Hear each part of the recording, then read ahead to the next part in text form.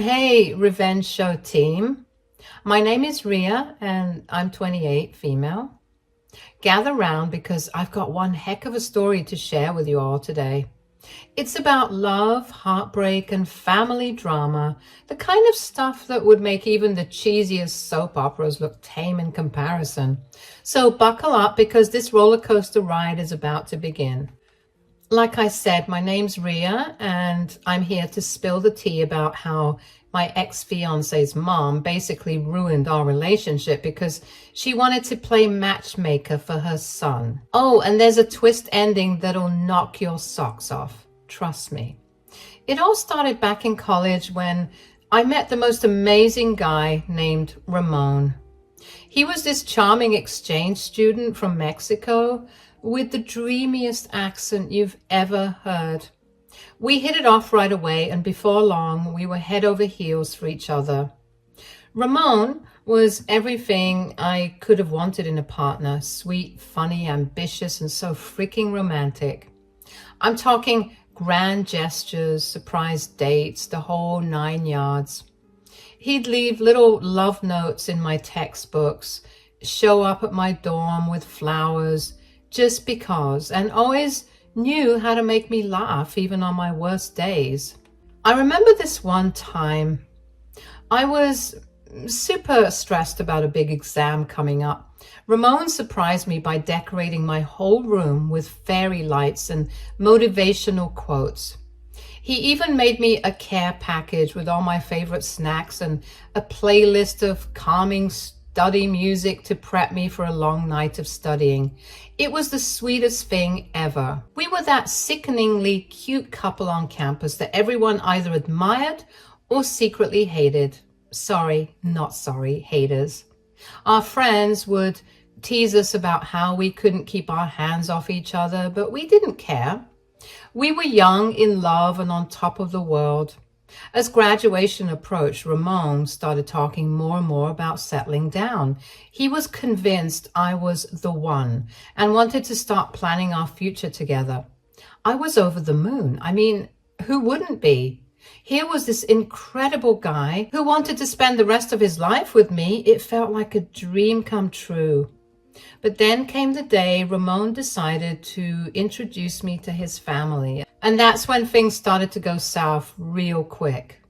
Now, I'd heard stories about Ramon's mom, Juanita, but nothing could have prepared me for the reality of meeting her. Picture the most overbearing, judgmental mother-in-law stereotype that you can imagine, then crank that up to 11. That was Juanita. From the moment I walked through the door of their home, I could feel her eyes boring into me, sizing me up like I was some kind of alien specimen. The tension in the air was so thick you could have cut it with a knife. "Mama, this is Rhea, my girlfriend. Rhea, this is my mother, Juanita." I put on my best smile and extended my hand, trying to make a good impression. "It's so nice to finally meet you, Mrs. Garcia. Ramon's told me so much about you." Juanita just stared at my hand like it was covered in slime or something. After what felt like an eternity, she finally shook it with the enthusiasm of a wet fish. I wish I could say the same about you." Ouch. Talk about a cold shoulder, right? But I tried not to let it get to me. I figured maybe she was just having a bad day or something. Boy, was I wrong. Throughout dinner, Juanita kept peppering me with these super invasive questions about my family, my career plans, and even my religious beliefs. It felt less like a get-to-know-you dinner and more like an interrogation. "And what exactly do your parents do for a living, Rhea?" "Oh, my dad's an accountant and my mom's a high school teacher." "I see. And you plan on following in their modest footsteps?" I could see Ramon getting more and more uncomfortable with each passing minute. He kept trying to change the subject or deflect his mom's questions, but she wasn't having any of it. "Mama, por favor, can we talk about something else?" "I'm just trying to get to know your girlfriend, mijo." "There's nothing wrong with that, is there?" The way she said girlfriend made it sound like a dirty word. I was doing my best to keep my cool, but inside I was a mess of anxiety and frustration. Why did she seem to hate me so much when she barely knew me? After what felt like the longest dinner of my life, Ramon and I finally escaped to the porch for some air. I could see the pain and embarrassment written all over his face. Rhea, I'm so sorry about my mother. She's not usually like this, I swear. It's okay, Ramon. I'm sure she'll warm up to me eventually. She's just being an overprotective mother. I understand. But even as I said those words, I had a sinking feeling in my gut that this was just the beginning of our troubles. Over the next few weeks, it became crystal clear that Juanita did not approve of me one bit. She'd make these little backhanded comments whenever Ramon wasn't around, implying that I wasn't good enough for her precious son. You know, Ramon's always dreamed of marrying someone more cultured, someone who truly understands our traditions and values. The subtext was pretty obvious. As a pasty white American girl, I apparently didn't fit the bill of what she wanted in a daughter-in-law. It hurt, especially because I was trying so hard to learn about and respect Ramon's culture. I even started taking Spanish lessons in secret, hoping to surprise him and his family someday. But no matter what I did, it was never enough for Juanita. She'd find ways to exclude me from family gatherings, forgetting to invite me or scheduling them when she knew I had work commitments. It was like she was trying to erase me from Ramon's life entirely. The worst part was seeing how torn up Ramon was about the whole situation. He loved his family, especially his mom, but he also loved me, and it was tearing him apart to see the two most important women in his life at odds with each other. Things came to a head when Ramon proposed to me on our 3rd anniversary. It was this beautiful, intimate moment, just the two of us on a moonlit beach. I was over the moon, crying happy tears as he slipped the ring on my finger. For a moment, everything felt perfect. But then reality came crashing back down when we broke the news to his family. Juanita looked like she'd swallowed a lemon whole. The rest of Ramon's relatives were polite enough, offering strained congratulations, but I could feel the underlying tension and disapproval. As soon as we were alone, Juanita cornered Ramon and started laying into him in rapid-fire Spanish. I couldn't understand everything, but the gist was pretty clear. She thought he was making a huge mistake by marrying me. Ramon tried to stand up for us, bless his heart. He told his mom that he loved me, and if she couldn't accept that, then maybe it was best if we kept our distance for a while. It was the first time I'd ever seen him really push back against his family, and I was so proud of him for it. Mama, I love Rhea. She's going to be my wife, and I need you to respect that. You're throwing away your future for this girl? She'll never understand our ways, our family. Then that's your loss, not mine. How dare you talk to me that way? Have you lost your mind? Is it because of this girl? No, Mama, it's not her. This is me standing up for what I believe is right. If you can't see that, then maybe we needn't be in each other's lives for the time being. For a little while, it seemed like things might actually work out. Ramon was committed to our relationship, even if it meant distancing himself from his family. We started making plans for our future together, where we'd live, how many kids we wanted, all that good stuff. But Juanita wasn't about to give up that easily. Oh no, she decided to kick things up a notch and go full telenovela villain on us. It started with whispers and rumors spreading through Ramon's extended family and community. Suddenly, people who had always been friendly to me were giving me these weird looks or avoiding me altogether. I couldn't figure out what was going on until Ramon's cousin finally clued me in. Apparently, Juanita had been going around telling anyone who would listen that I was some kind of gold-digging homewrecker. She'd fabricated this whole story about how I was secretly seeing other guys behind Ramon's back, and was only marrying him for his money, which, by the way, was ridiculous because we were both broke college grads at the time. I was devastated. It felt like my whole world was crumbling around me. Ramon tried his best to damage control, telling everyone that his mom was lying, but the damage was already done.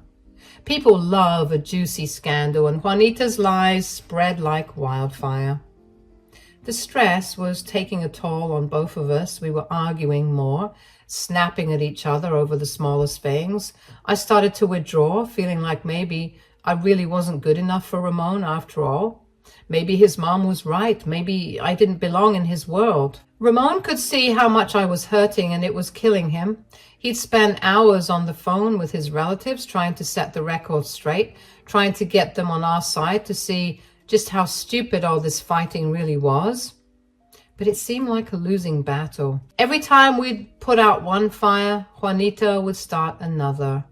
One day, Ramon came home looking completely defeated.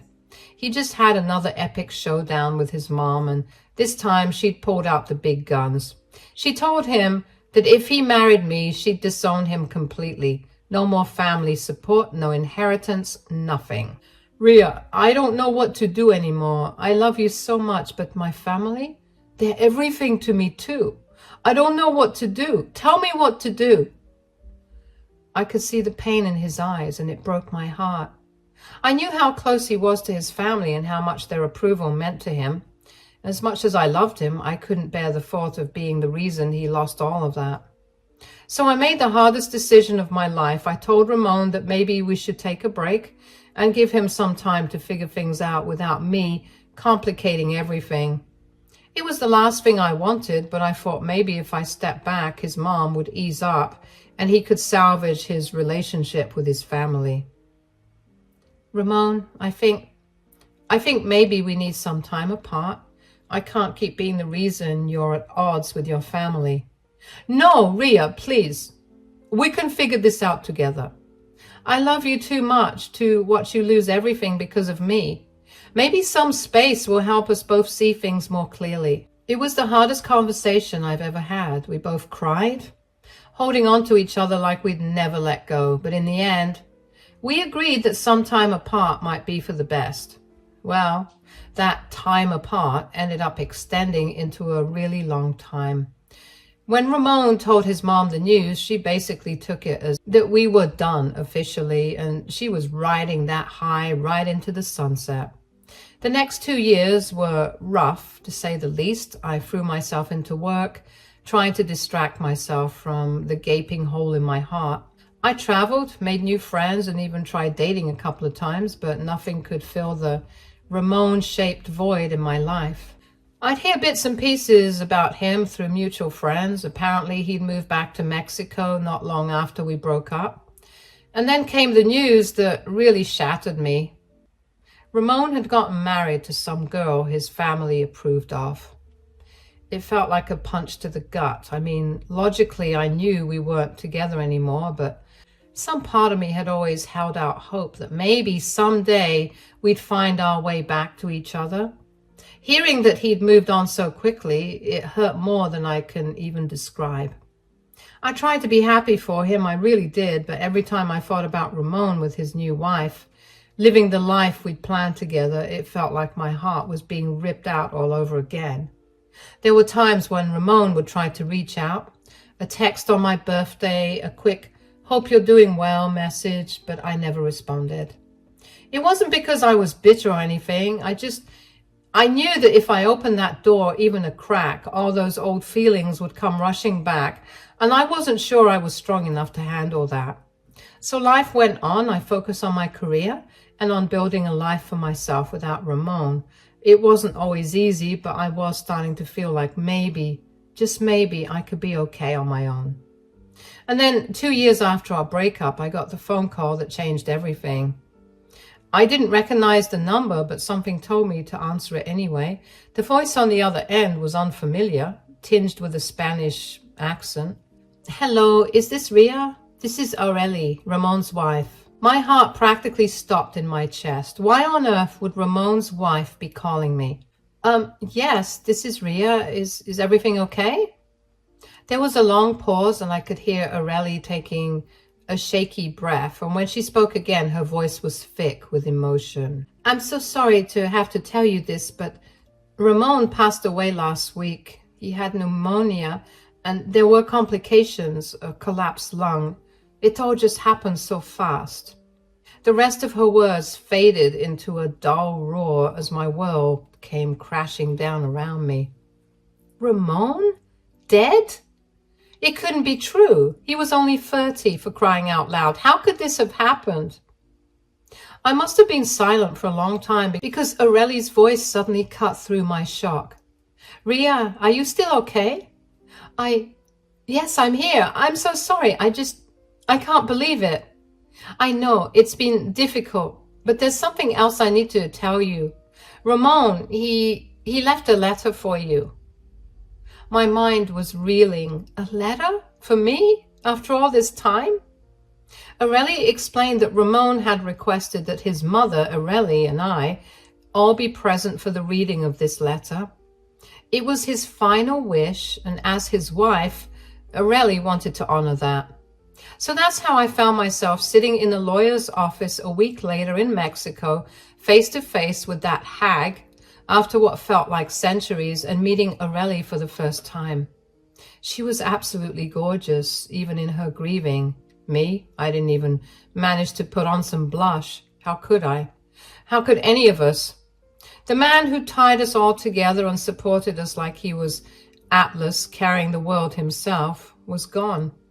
Removed from this earth and never coming back, at least not in this lifetime. The tension in the room was so thick you could have cut it with a knife. Juanita looked like she'd aged a decade since I'd last seen her. Grief etched into every line of her face. Aurelie was composed, but I could see the sadness in her eyes. The lawyer cleared his throat and began to read Ramon's letter.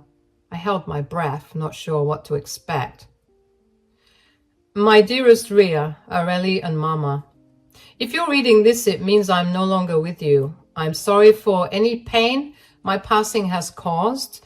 I hope you can find some comfort in knowing that I loved you all, each in your own way.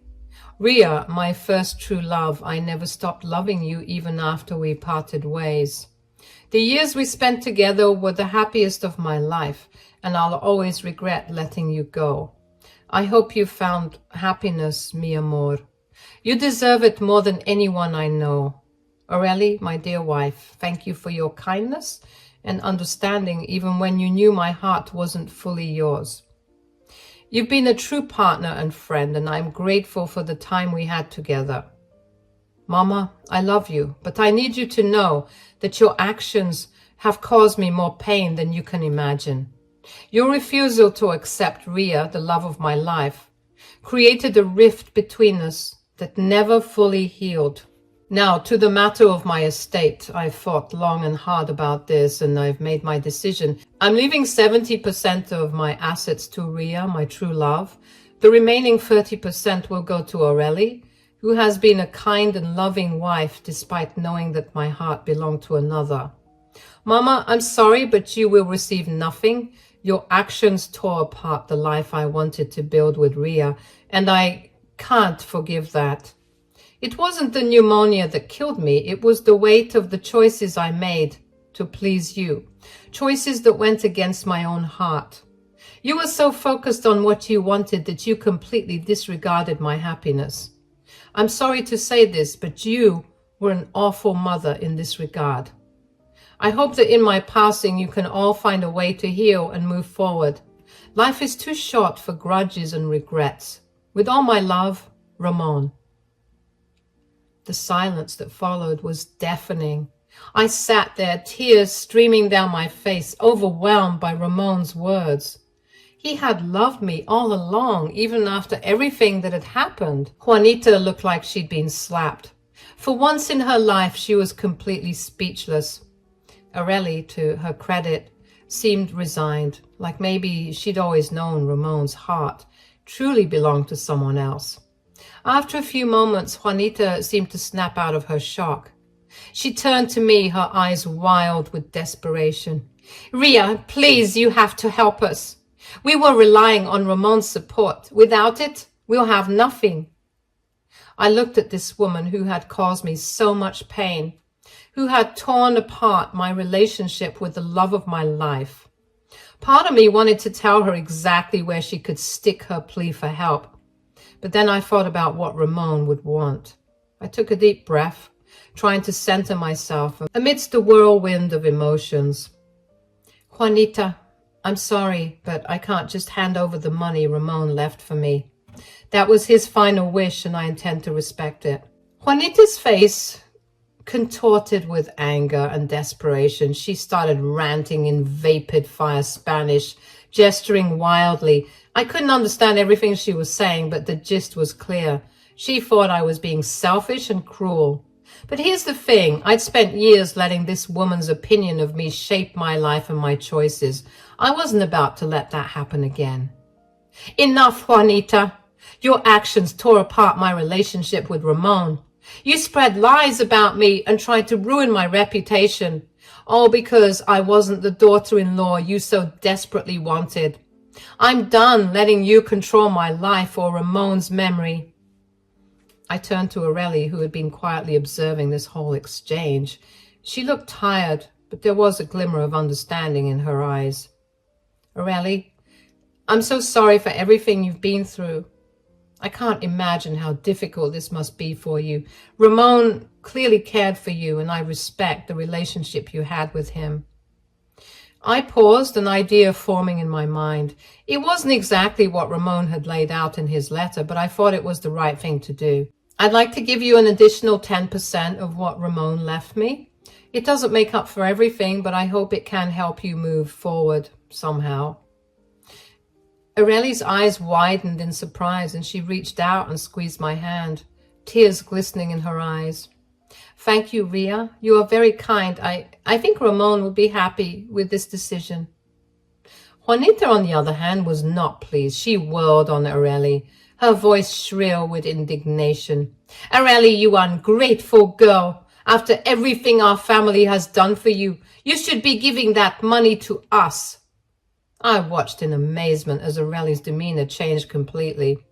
Gone was the quiet, resigned woman I'd seen earlier. In her place was someone strong, determined, and clearly fed up. No, Juanita, I've had enough of your manipulation and your cruelty. Do you want to know what I'm going to do with that money? I'm going to use it to sue you. The room fell silent. Even the lawyer, who had been trying to fade into the background during this whole drama, looked shocked. That's right. I'm suing you for emotional distress and property damage. For the past 2 years, you've been nothing but a nightmare to live with. You've destroyed things in our home during your tantrums, and you've harassed me endlessly, all because I wasn't the puppet daughter-in-law you wanted. Well, I'm done. It's time for you to face consequences of your actions. Rhea, seems like you really dodged a bullet with this one. I couldn't believe what I was hearing. Apparently, Juanita's reign of terror hadn't ended with me. She just found a new target in Aurelie. Guess that's not too surprising after the way she treated me. Juanita sputtered, her face turning an alarming shade of red. For once, she seemed at a loss for words. You can't do this. I'm family. Family doesn't treat each other the way you've treated us, Juanita. Ramon saw that in the end, and I see it too. With that, Aurelie stood up, gathering her things, and she turned to me one last time. Thank you again, Rhea. For what it's worth, I think Ramon made the right choice in leaving you the majority of his estate. I hope you can find some peace and healing. He really loved you, you know. Some nights in his sleep he'd whisper, Rhea, Rhea. At first I resented you, but after witnessing how pure his love was for you, how could I? I hope you take care and find some peace. I'm so sorry for everything. As Aurelie walked out, leaving a shell-shocked Juanita behind, I felt a weight lift off my shoulders. It was like the last piece of a puzzle falling into place, bringing clarity to a picture I'd been struggling to see for years. I couldn't even fight the tears anymore. I had to hold my mouth to stop myself from wailing like a baby. Ramon truly was a gift from God, and clearly he needed to be taken back. I gathered my own things, preparing to leave. As I reached the door, I turned back to Juanita one last time. Juanita, I truly hope you can find a way to heal from all of this. Ramon loved you despite everything. Maybe it's time to think about why he felt he had to make these choices in the end. With that, I walked out of the office and into the bright sunshine. For the first time in years, I felt like I could breathe freely. The pain of losing Ramon was still there, obviously, a dull ache in my chest that I suspected would never fully go away.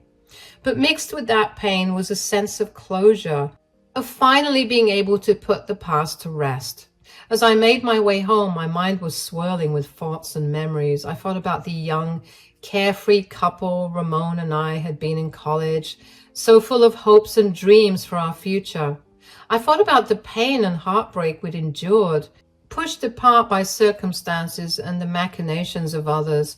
And I thought about Ramon's final message to me, that he loved me all along, even when we were apart. It was bittersweet knowing that we could never recapture what we'd lost. But Ramon's letter had given me something precious. The knowledge that our love had been real, that it had meant as much to him as it did to me.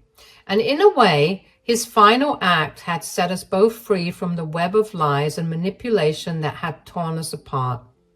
Over the next few weeks, I took some time to really process everything that had happened. I reached out to a therapist to help me work through my feelings of grief, love, and lingering anger. It wasn't easy, but slowly I started to feel like I was healing.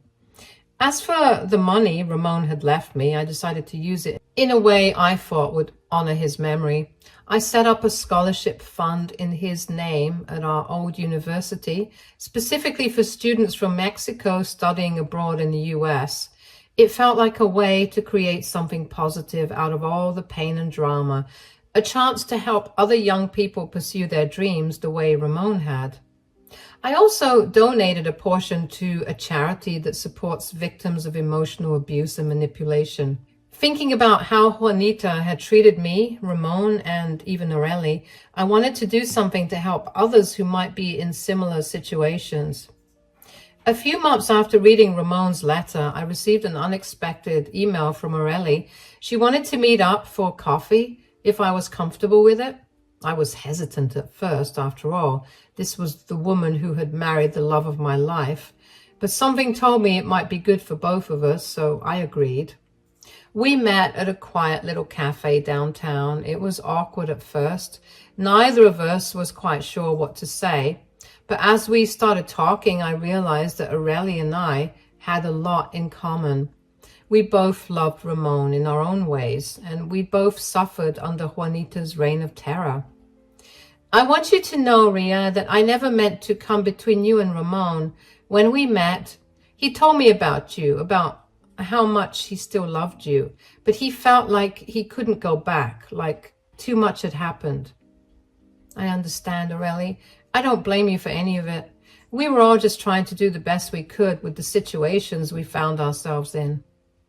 We talked for hours, sharing stories about Ramon, laughing at some of the silly things that he used to do, and crying a little as we remembered the good times. It was cathartic in a way I hadn't expected. Aurelie also filled me in on what had happened with Juanita. Apparently, faced with the prospect of a lawsuit and the realization that she had alienated everyone around her, Juanita had moved out of the house and back to her relatives in a rural village somewhere in Mexico.